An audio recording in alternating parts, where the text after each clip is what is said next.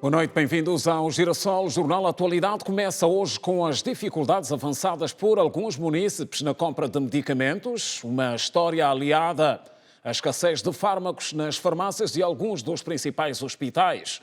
A par da escassez, os munícipes reclamam também de preços altos, mas a preocupação passa igualmente pela questão da contrafação e a falta de eficiência nos serviços de inspeção. Tem sido sempre assim, todos os hospitais onde eu vou, só me dão receita, nunca me deram medicamento. Muito preocupante mesmo. Pelo menos ter medicamento para as velhas da terceira idade. É muito precária. Estou a fazer consulta, tenho que receber também comprimidos. Se tem Iver, paracetamol, é só. Já estive no Geral, por exemplo, né? Já estive também no Maria Pia, né? E nunca tem fármacos. No Centro de Saúde do Zangado, no distrito urbano do Rangel, o que tem de fármacos são apenas antirretrovirais e soro. Já há mais de 3 meses que não temos material gastável, paracetamol, anti-inflamatório, Coartem, dipirona, diclofenac, a ampola, esses medicamentos que são da primeira necessidade, não temos mesmo. Há um momento que doentes nos falam, fecha a porta se não tem. Há quem prefira percorrer cerca de 8 a 11 quilômetros até ao Casquel para não sentir o peso do bolso. A enchente dentro e sobretudo fora dessa farmácia salta à vista de quem passa por perto. O motivo? Ora, veja. O tipo de medicamento que eu necessito encontro aqui. Em outras farmácias, pelo menos lá no Morro Bento, onde eu vivo, uma lâmina de paracetamol pode me custar 1.200 kwanzas, já que eu encontro paracetamol português a 600, 500 kwanzas. Tu quando vas à farmácia lá do bairro, entregas a receita, dá um total de 15.000 kwanzas. E chegas aqui, às vezes é só 9 ou 8.000. Há uma coisa muito engraçada que eu gostaria muito de saber, é quem é que fornece os fármacos aqui.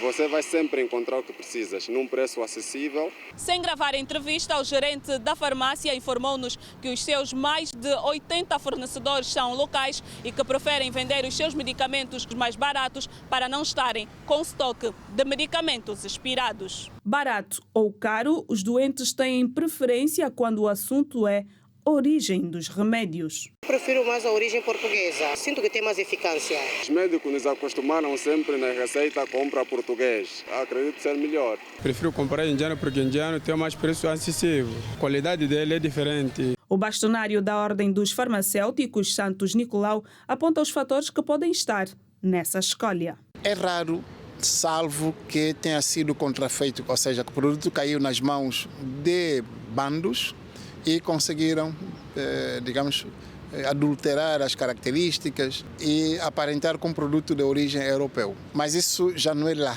é mesmo aqui. Agora, os produtos que vêm da Ásia, da África e da América, esses sim é que são bastante adulterados. O teste de qualidade dos medicamentos que entram no país seria a solução para travar a adulteração de muitos fármacos. O Executivo, no orçamento para este ano, aprovou o orçamento para a construção do laboratório de controle de qualidade, que levará 4 anos para a sua conclusão. Enquanto não tivermos laboratório de controle de qualidade, podem-se detectar medicamentos por aí, tanto nas farmácias legais quanto no paralelo, não se conseguirá aferir se o medicamento é ou não é contrafeito. Veja ainda em destaque nesta edição, caso Lote 1 no Prenda, famílias voltam a dar sinais de descontentamento e tentam invadir edifício evacuado. Necessidade de ajuda na Sapu 2, a história de um casal que não tem condições para cuidar de 7 gêmeos. Dias difíceis da economia, contas voltam a dominar debates em Luanda. Burladores em contas com o SIC, novos detidos apresentados hoje aqui na capital. Compromissos com a paz social e bem-estar de todos os angolanos, líderes religiosos, foram hoje recebidos no Palácio, momentos que marcaram a aprovação na Assembleia Nacional da Conta Geral do Estado de 2021.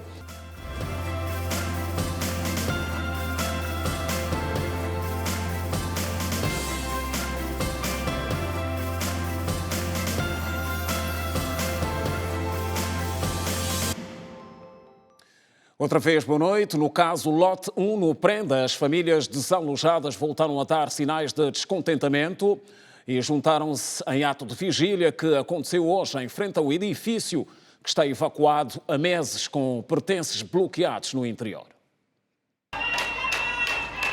Todos à rua e juntos do edifício para protestar. Não é a primeira vez que os moradores do lote 1 do bairro Prenda manifestam insatisfação por estar a morar longe dos seus apartamentos. Já se passaram 3 meses desde que eles foram obrigados a abandonar o prédio com riscos de desabamento. Temos N problemas e não sabemos de que forma é que seremos ajudados. Nós só estamos a clamar para uma residência condigna. É a única coisa que nós pedimos. Nós todos trabalhamos praticamente na cidade. Nós precisamos de lugares, nossos filhos estudam aqui. Então como é que é concebível que o nosso governo pensa por simplesmente que a solução para este povo é o maiê-maiê? Os que têm um pouco de possibilidade vão ajudando, os que não têm, mas até quando? Todo mundo precisa. Tem a questão dos inquilinos também, do prédio. Muitos já conseguiram arrendar as suas casas, mas não têm possibilidades de comprar outras coisas porque as coisas estão aqui. O lei até hoje não diz nada, se podemos entrar ou não podemos, a administração não diz nada, o governo provincial não diz nada. Estamos assim, estamos agastados com a situação. Para os moradores, o reforço da segurança do edifício quase que não se faz sentir. Muitos constataram o desaparecimento de alguns pertences, como eletrobombas. No dia em que tivemos a reunião aqui com a administradora do município de Luanda, disse que estaria aqui um bom número de efetivo para segurar as nossas coisas aqui. Já roubaram, já perdemos pertences aí, roubaram eletrobombas aqui na parte de baixo, tem gente a tentar. E aqui, se olhar, chegaram agora mais 2, costuma ficar um único polícia. Um único polícia, é claro que não vai dar conta disso tudo. Este protesto, segundo o porta-voz da Comissão de Moradores, deve-se sobretudo por causa do longo tempo de espera sem nenhuma resposta das autoridades que acompanham o processo de realojamento. Há esta intenção de tentar chegar até o edifício, de fazer esta manifestação, no sentido de despertar as autoridades, os nossos governantes, a tomarem uma posição um bocadinho mais séria, a tomarem uma posição diferente da que se achou no início desse processo. O senhor vice-governador, na reunião do dia 14 de junho, disse-nos nas entrelinhas que ia criar uma comissão no sentido de ver as famílias, mas isso não aconteceu. Se calhar se tivesse acontecido, algumas pessoas não estariam agora com problemas de saúde muito graves. Os bombeiros foram acionados para impedir que os moradores entrassem no edifício. A Rede Girassol sabe também que a administração do município de Luanda irá se reunir com membros da Comissão de Moradores do Lote 1 para uma nova ronda de negociação sobre o processo de realojamento. E avançamos com mais uma história de necessidade de ajuda, e esta chega do bairro Sapu 2, no distrito urbano 11 de novembro. Falamos de um casal sem condições que carece de apoio para cuidar de gêmeos. É um total de 7 crianças que resultaram de apenas 3 partos seguidos. Eles vieram de Quimbele, província do Uíge, há quase 5 meses, à procura de melhores condições de vida. Argelina e Paulo já tinham 4 filhos, 2 casais de gêmeos. Em Luanda, ganharam 3 irmãs. Isso mesmo, a família foi surpreendida com a chegada de trigêmeas. Conforme diz o ditado, os filhos são frutos de um relacionamento amoroso e não tem sido diferente com eles. Amor não falta. O problema são as dificuldades para sustentar a família. Não tem coisa que anda jantar, aí aparece só uma coisa às 15 horas, você vai comer, ou aparece um setor comprar chá, vou tomar, vou sentar só assim. O coração não fica mesmo bem, porque tu vê as crianças chorar com fome, eu mãe também não fico bem. Eu estou a sofrer, olha, 3 semanas, olha como já fiquei. Por não ter trabalho fixo, vivendo de pescates, Paulo Paco, de 37 anos de idade, demonstra a sua preocupação. Se eu sair para ir procurar pelo menos 500 mil, para ajudar a família aqui em casa, até ficou mesmo, eu não tenho trabalho. 3 neném com 4 filhos, então mais aqui vou fazer como? Aqui é no quarto onde passam as noites com os 7 filhos. Conforme veem nas imagens, neste colchão, é o lugar da mãe, das trigêmeas e do casal de gêmeos. Do outro lado está o lugar do pai. E o maior receio dos progenitores é de ficarem dentro de dias sem este teto para viver. Essa casa que estamos vivendo, nos deram para nós começar a controlar essa casa. O tio falou mês de agosto para nós sair daqui. Não sei onde vamos ficar com as crianças. Por isso eu quero ajuda. Meu número de telefone, no 141 19 58 42. Em meio às dificuldades, o amor ao próximo é praticado pela vizinhança. Eu vou aqui ajudar, lavar louça, arrumar, cozinhar, carregar água e pegar as crianças, pôr água na casa para banhar. Elas mesmo não estão bem, nem leite tem, você vem mesmo, tão pena. Estas bebês têm 3 semanas de vida e pela amamentação, o bebê recebe anticorpos da mãe para proteção contra diversas doenças. A nutricionista Ana de Carvalho explica como deve ser a alimentação adequada para quem se encontra em estado de amamentação. Deve comer de 5 a 6 vezes por dia para que possa receber os devidos nutrientes para fortificar esse leite que ela estará dando, para que essa criança possa ter o peso adequado e não decaia o seu peso, para que não passe para uma desnutrição ou um baixo peso. Então a mãe deve consumir muitas proteínas, muitos legumes, muitos vegetais, os carboidratos, deve consumir muitos líquidos, tomar sumos naturais, tomar muita água. A água, se não for mineral, pode ser fervida, mas de preferência que seja uma água devidamente tratada. Então a mãe deve comer bem. Quilamba-Quiache é um dos 9 municípios de Luanda. Segundo o Instituto Nacional de Estatística, em 2018 já contava com uma população aproximada de 750 mil habitantes. Chefe de Estado e líderes religiosos no Palácio. Em destaque.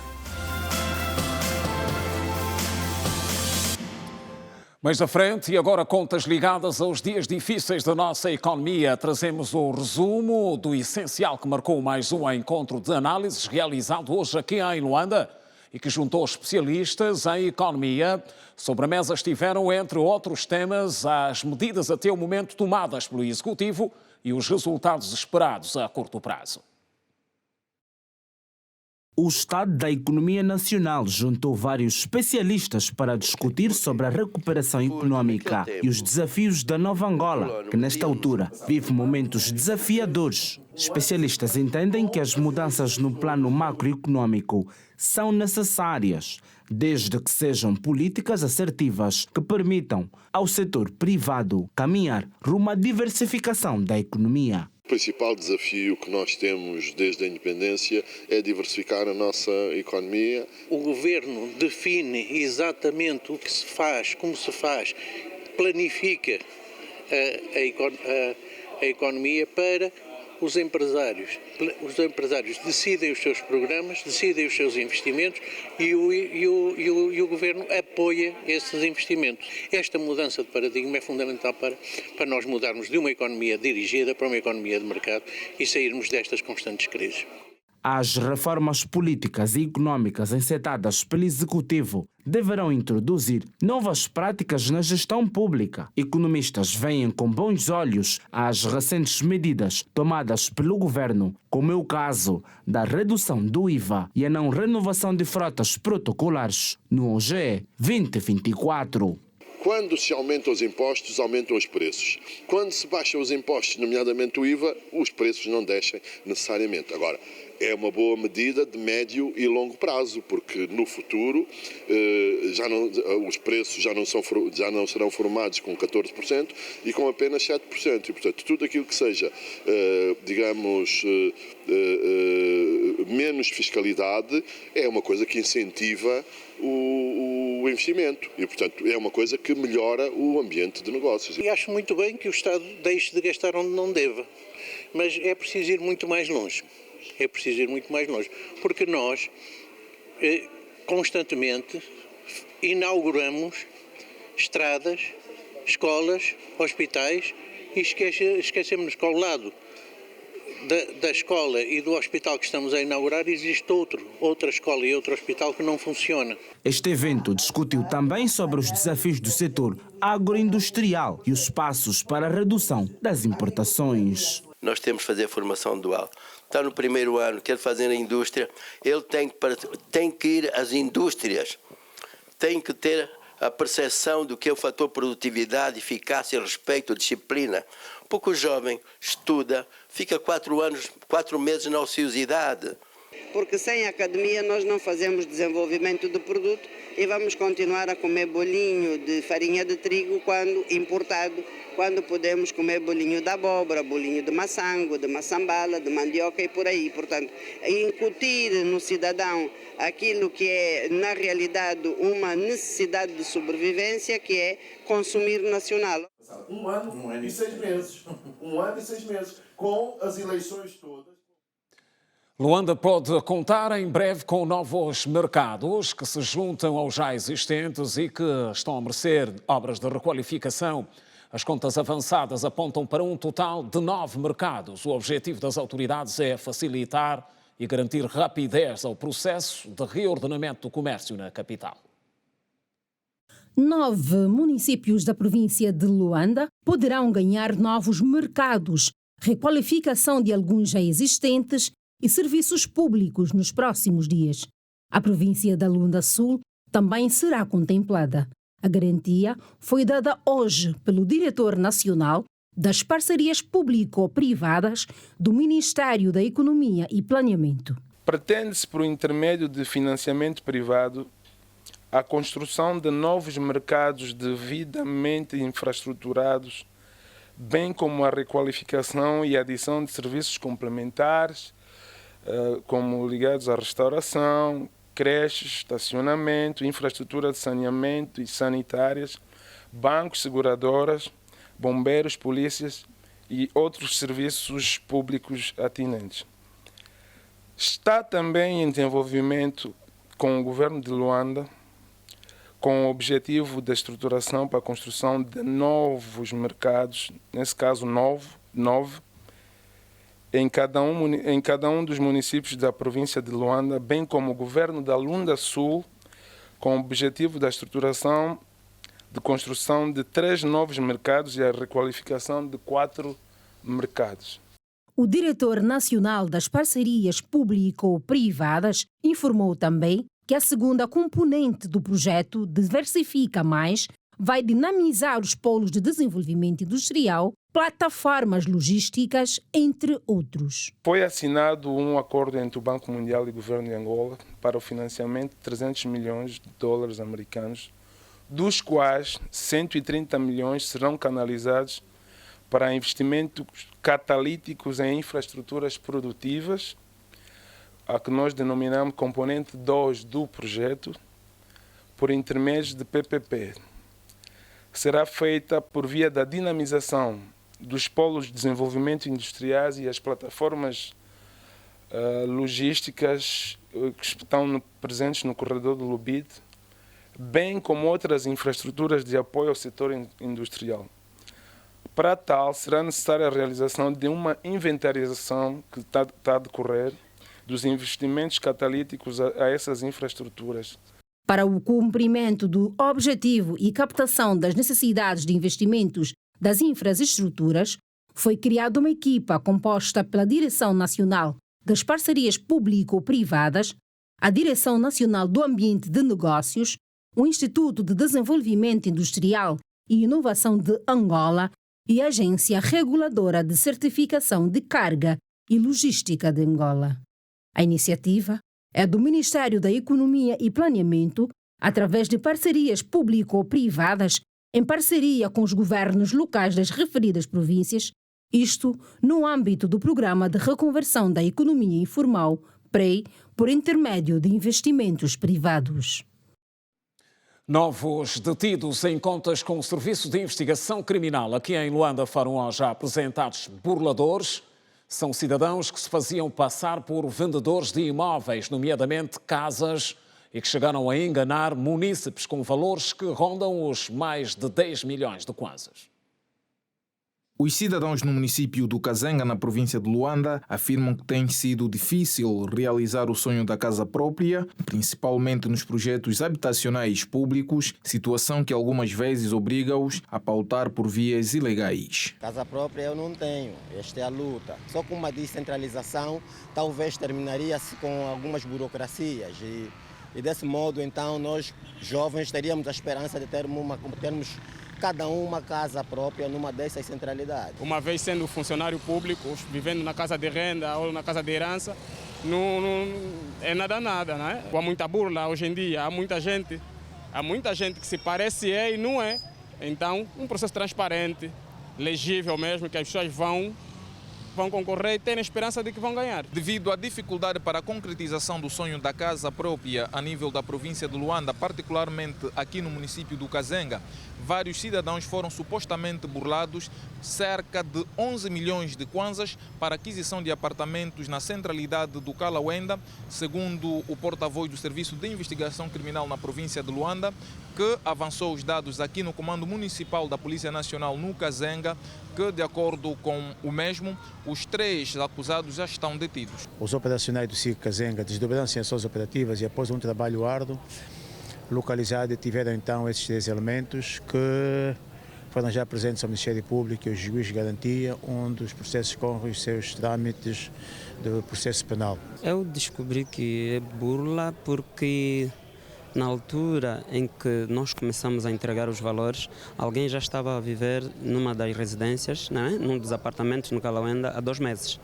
Mas depois aparece uma outra família a reclamar pelo mesmo apartamento. Reclamavam pelo mesmo apartamento e tanto é que a pessoa que estava a viver nesta residência foi retirada de forma brutal. E ali nós começamos a desconfiar que estávamos a incorrer numa burla. Como eu tenho um filho que precisa, eu peguei um dinheiro que eu tinha de reserva e paguei o apartamento. Esperamos que eles nos possam devolver o valor. Dei 2 milhões de kwanza que eu fui burlada. Espero que me devolvam meus valores e espero que o governo veja nessa situação também. Dar acesso também aos jovens para termos casa. Já tem casa que tem mais, que não tem nenhum, fica mesmo sem nada. Não pode.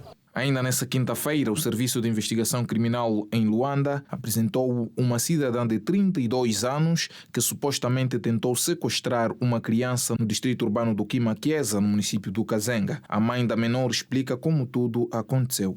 Quando eu volto com a última banheira, encontro a senhora dentro da minha casa, saí do quarto com a minha bebê na mão. Eu lhe disse: senhora, o que estava fazendo aqui? Ela ficou a ofender. Quando eu tentei reagir, ela pegou a bebê, posou no chão, mudou a roupa, ficou nua. Eu também fiquei com aquele medo, fiquei espantada. Eu disse: tu vai fazer o que com a minha bebê? Porque não, essa bebê minha eu lhe deixei ontem, então eu fui lhe buscar. Eu disse: nessa bebê minha. Claro, eu comecei a gritar, ela me dá um empurrão, sai para a rua, corre. Eu até dela gritar gatuna, o povo quando vem, lá agarram, ficam lhe batendo. Mas eu estava a pedir para não lhe bater. Foi já apresentado ao Ministério Público e bem como também ao juiz de garantia, onde ocorrem os trâmites legais do referido processo. Dados do SIC Luanda indicam que os acusados têm fortes ligações com funcionários da Hemogestim. No próximo bloco, momentos que marcaram a aprovação da Conta Geral do Estado de 2021 na Assembleia. E ainda hoje o encontro de líderes religiosos com o chefe de Estado no Palácio, compromissos com a paz social e o bem-estar de todos os angolanos. Seguimos para um curto intervalo, não saia daí. Até já.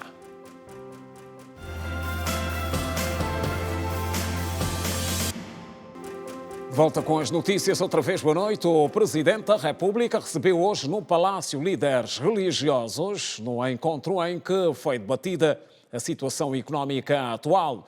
Os líderes partilharam com o chefe de Estado ideias e propostas que podem ajudar nas soluções encontradas para que este momento seja rapidamente ultrapassado. Num encontro histórico na capital angolana, o Presidente da República abriu as portas do Palácio Presidencial para líderes religiosos de diversas denominações, em busca de soluções conjuntas para enfrentar desafios socioeconômicos que afetam a nação. O encontro permitiu um diálogo transparente sobre a importância do papel das igrejas na promoção do bem-estar social.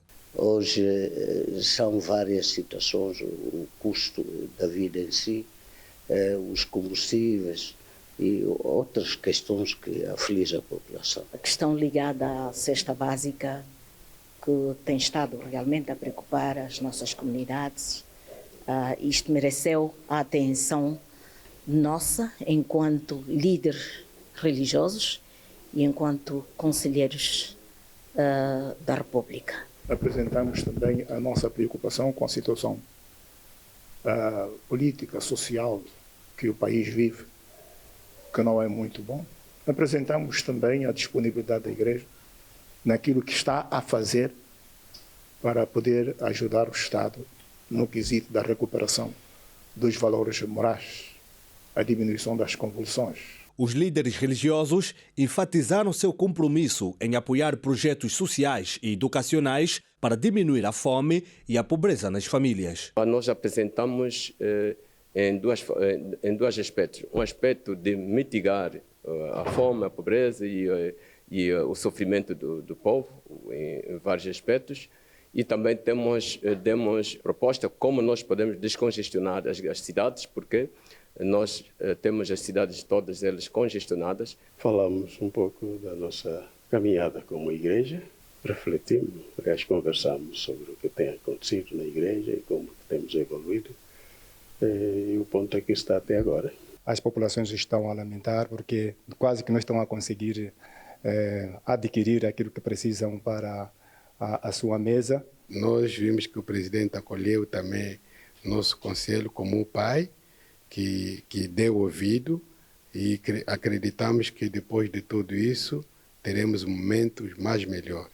Um dos pontos tidos em conta foi sobre o suposto branqueamento de capitais cometido pela Igreja, proveniente dos dízimos e das ofertas, o que foi encarado com preocupação pelos líderes religiosos. Bom, essas questões são questões que dizem respeito à segurança nacional e os tribunais.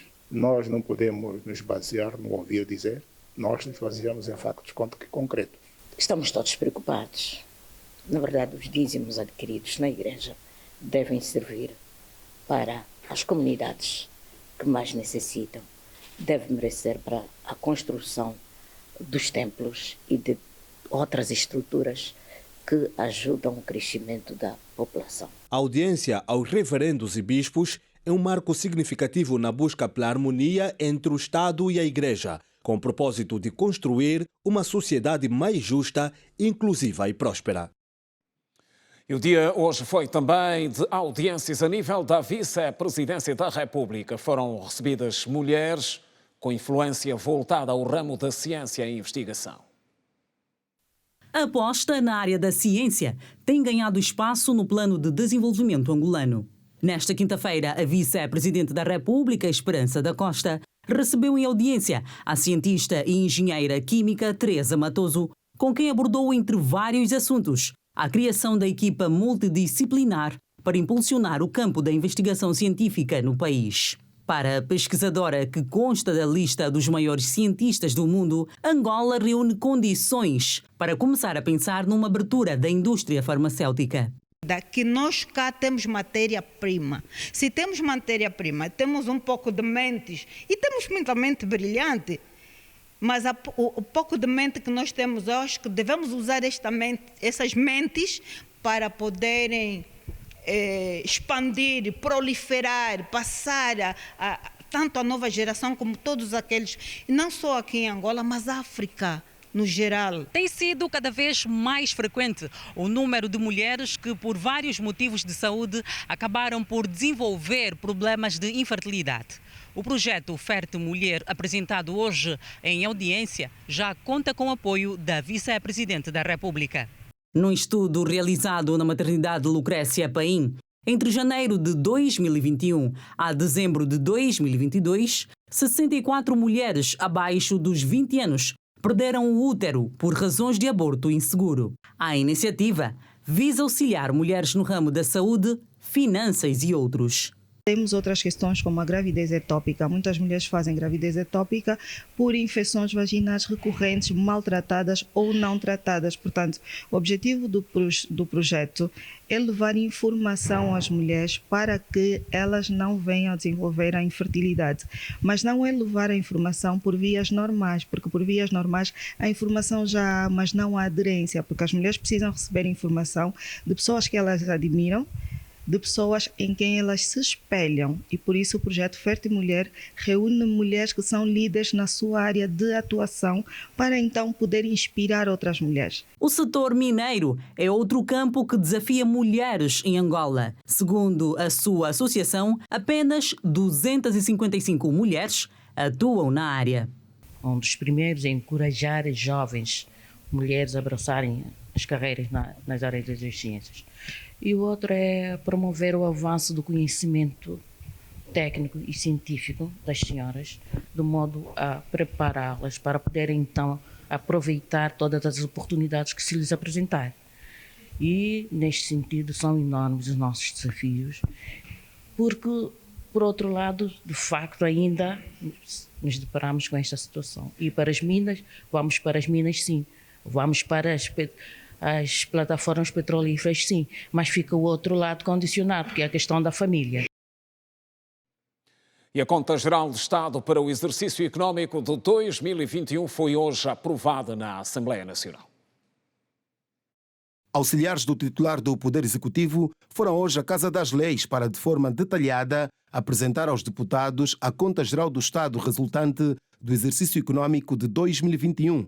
A primeira intervenção do governo coube ao Ministro de Estado para a Coordenação Económica, José de Lima Massano. O cenário macroeconómico subjacente ao Orçamento Geral do Estado de 2021 foi definido com base numa abordagem conservadora, mas tendo presente os pressupostos técnicos macroeconómicos previstos no âmbito da revisão intercalar do Plano de Desenvolvimento Nacional 2018-2022.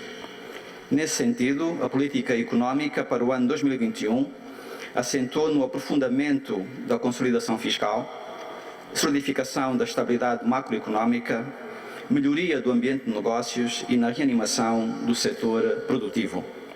A Ministra das Finanças, Vera Daves de Souza, tomou a palavra para detalhadamente falar da execução do OGE 2021. Olhando pela despesa por função, tivemos o setor social a ser aquele que teve uma maior participação naquilo que é a execução de despesa, teve uma execução a parte da dívida pública, naturalmente, teve uma execução de serviço de dívida, teve uma execução no valor de 2,61 bilhões de kwanzas, sendo o setor com maior valor orçamentado e liquidado.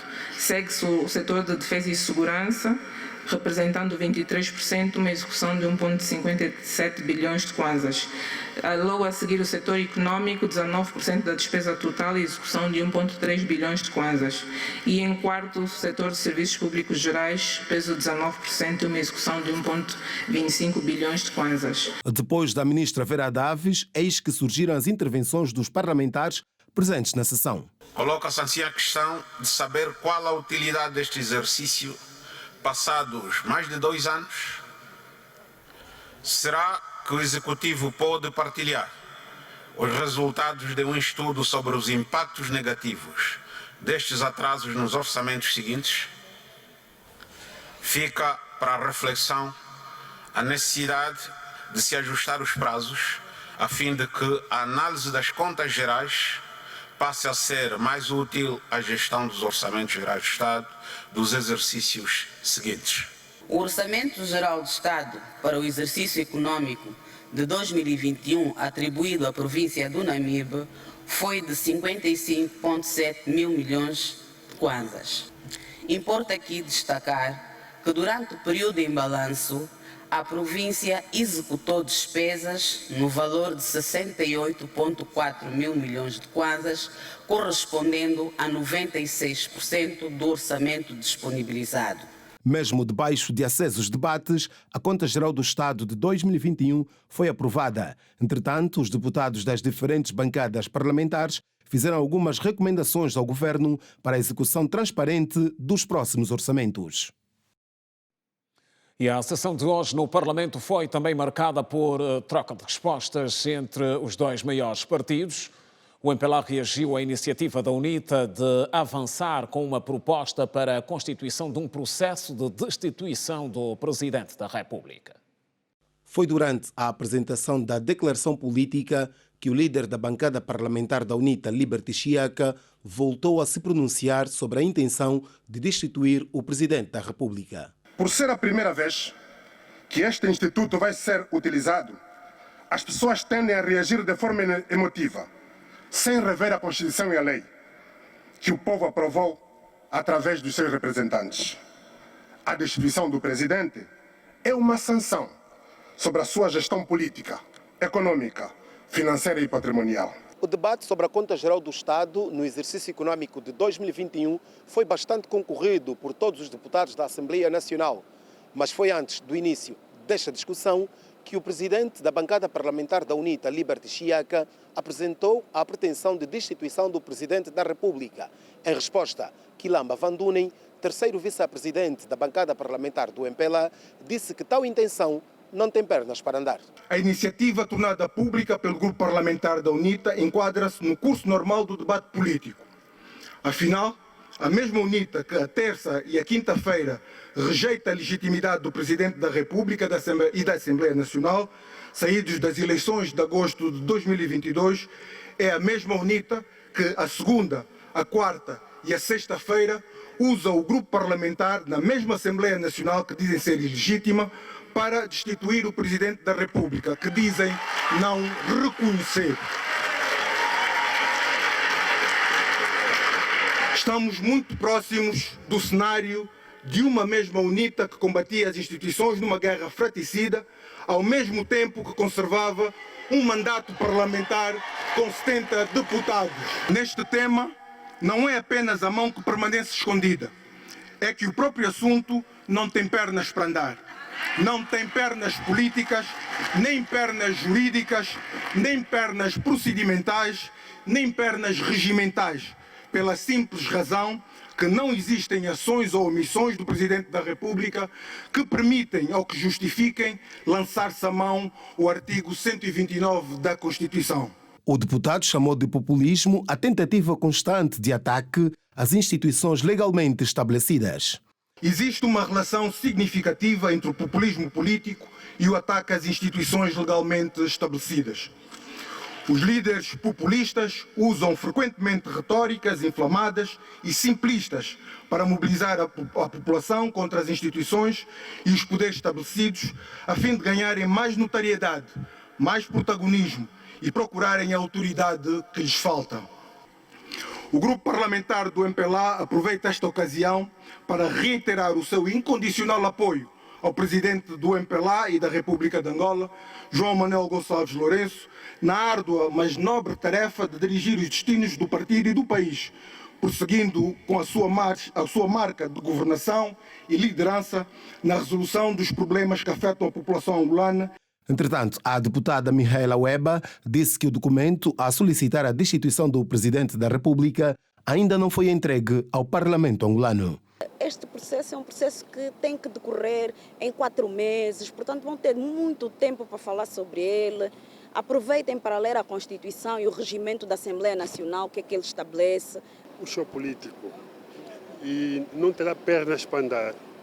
Portanto, o MPLA não vai embarcar, nem vai ajudar a UNITA, digamos, a fazer o seu show político. Temos um Presidente da República que tem estado a fazer um esforço muito grande para fazer com que o país, digamos, continue a trilhar o rumo de resolvendo os problemas da população e vamos ter fé que, de facto, o país vai continuar a caminhar o seu rumo, liderado pelo MPLA e pelo seu... Sempre a cerrar fileiras à volta do Presidente e do partido, que foi legitimamente eleito, o mandato ainda nem completou 1 ano e, portanto, nós, enquanto partido, mantemos-nos firmes e a cerrar fileiras em torno do Presidente do partido e da República.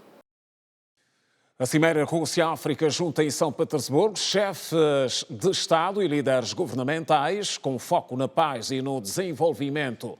O encontro deve prestar atenção a questões pontuais, particularmente ligadas aos principais desafios da África. Angola está representada no evento com uma delegação liderada pelo Ministro das Relações Exteriores. Sob pela paz, segurança e desenvolvimento, decorre em São Petersburgo, na Rússia, a segunda Cimeira e Fórum Econômico e Humanitário Rússia-África. O fórum tem como objetivo promover o fortalecimento da cooperação abrangente e igualitária entre a Federação Russa e os países africanos nas dimensões política, segurança, econômica, científica e técnica, cultural e humanitária. Angola participa do evento com uma delegação chefiada pelo Ministro das Relações Exteriores, Tete António, e o acompanham o Ministro da Economia e Planeamento, Mário Caetano João, e a chefe da Direção Europa do Ministério das Relações Exteriores, Maria Quandina Chilepa de Carvalho. A cimeira, que conta com a presença de vários chefes de Estado e de governo africanos, além de líderes de organizações internacionais, figuras políticas e instituições empresariais, decorre sob orientação do presidente russo Vladimir Putin e do presidente da União Africana e das Ilhas Comores, Assali Assoumani. Durante a reunião desta quinta-feira, o presidente russo disse aos líderes africanos que Moscou está pronta para trabalhar com a África no desenvolvimento das suas finanças e usar moedas regionais para pagamentos comerciais. Maior onda de incêndios da história do Canadá. Em destaque.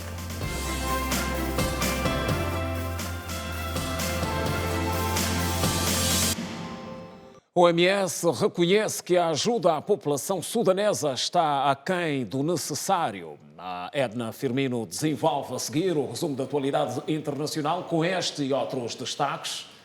Edna, boa noite. Boa noite, minha Mundola. Boa noite a todos. A OMS informou que a sua resposta à emergência no Sudão, em guerra civil desde 15 de abril passado, não correspondeu às necessidades dos sudaneses. Darfur é um dos estados do Sudão que a OMS não intervém diretamente por ser a zona de atuação das forças de apoio rápido. E sobre a situação da tentativa de golpe de Estado no Níger, o analista político Osvaldo Mboko fala da posição da União Africana, da CEDEAO e o que se pode fazer para que mais um golpe não seja efetivado em África. Acompanhe já a seguir. Claramente que o que aconteceu no Níger é muito em volta do efeito contágio. E este efeito contágio, tendo em linha de atenção que os 3 ou 4 golpes de Estados que aconteceram nos últimos tempos no continente africano decorreram na CEDEAO, nomeadamente o Mali, o Burkina Faso, a Guiné-Conakry, e isso motiva com que outros indivíduos de outros estados percebam que a letargia em dar respostas por parte dessas organizações pode motivar em grande medida também aquilo que é os interesses desses indivíduos chegarem ao poder não pela via constitucional, mas sim pela via da alteração da ordem constitucional. O primeiro passo que nós temos que fazer é a consolidação do Estado de Direito Democrático. Isso é uma responsabilidade interna dos próprios Estados, onde as instituições de facto sejam fortes para porem ou inibirem com que ações desta natureza decorram, por um lado. Depois, por outro lado, é o cumprimento escrupuloso por parte da Carta da União Africana, que dá conta da não legitimação dos governos que chegaram ao poder pela via de golpe de Estado ou pelas vias inconstitucionais. Daí que tem que existir isto. E por outra, também uma série de sanções e suspensão desses países ao nível das organizações. O Comando Militar das Forças Armadas do Níger, que reúne os diferentes corpos militares, anunciou nesta quinta-feira a sua adesão à junta militar que liderou ontem o golpe de Estado contra o presidente Mohamed Bazoum.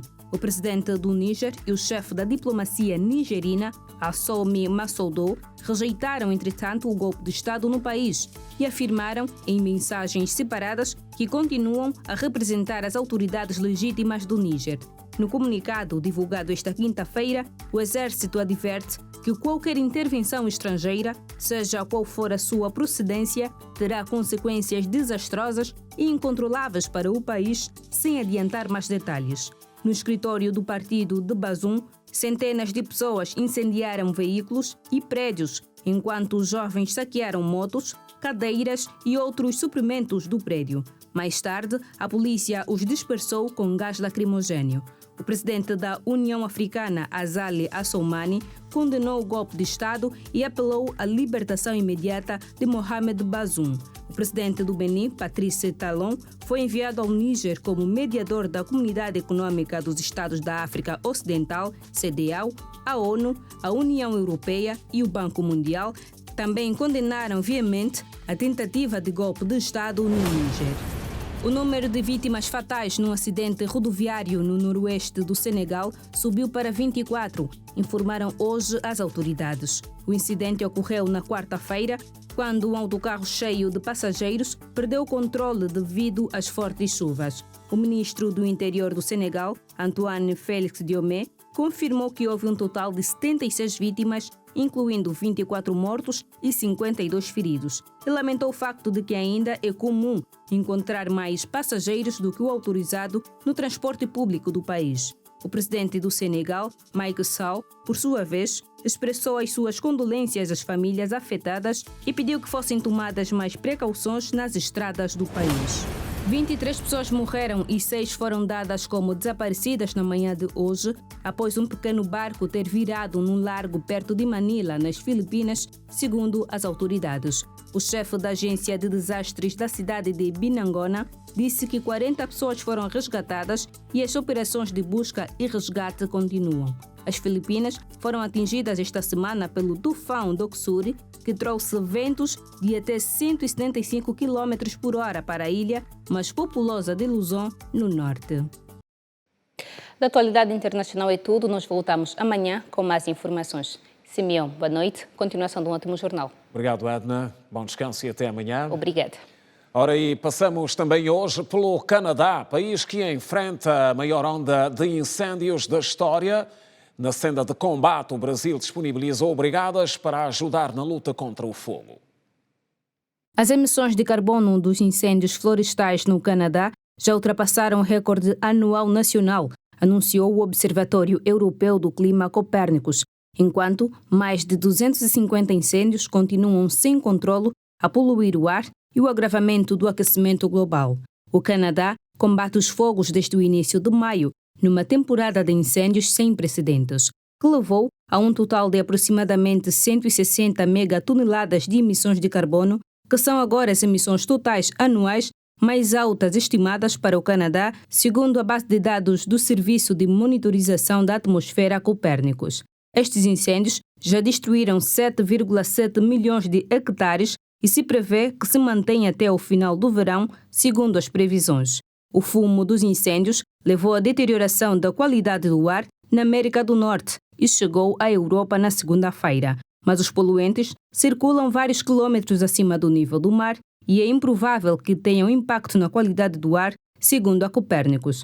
Um grupo de pouco mais de 100 brasileiros, especializados em combate ao fogo em áreas florestais, foram enviados para ajudar as autoridades canadenses, para além do Brasil, os Estados Unidos da América, Austrália, Nova Zelândia, África do Sul, França, México, Coreia do Sul e Costa Rica também enviaram bombeiros para ajudar a apagar os incêndios no Canadá. Termina aqui a edição de quinta-feira do Girassol Jornal. Voltamos amanhã. Boa noite.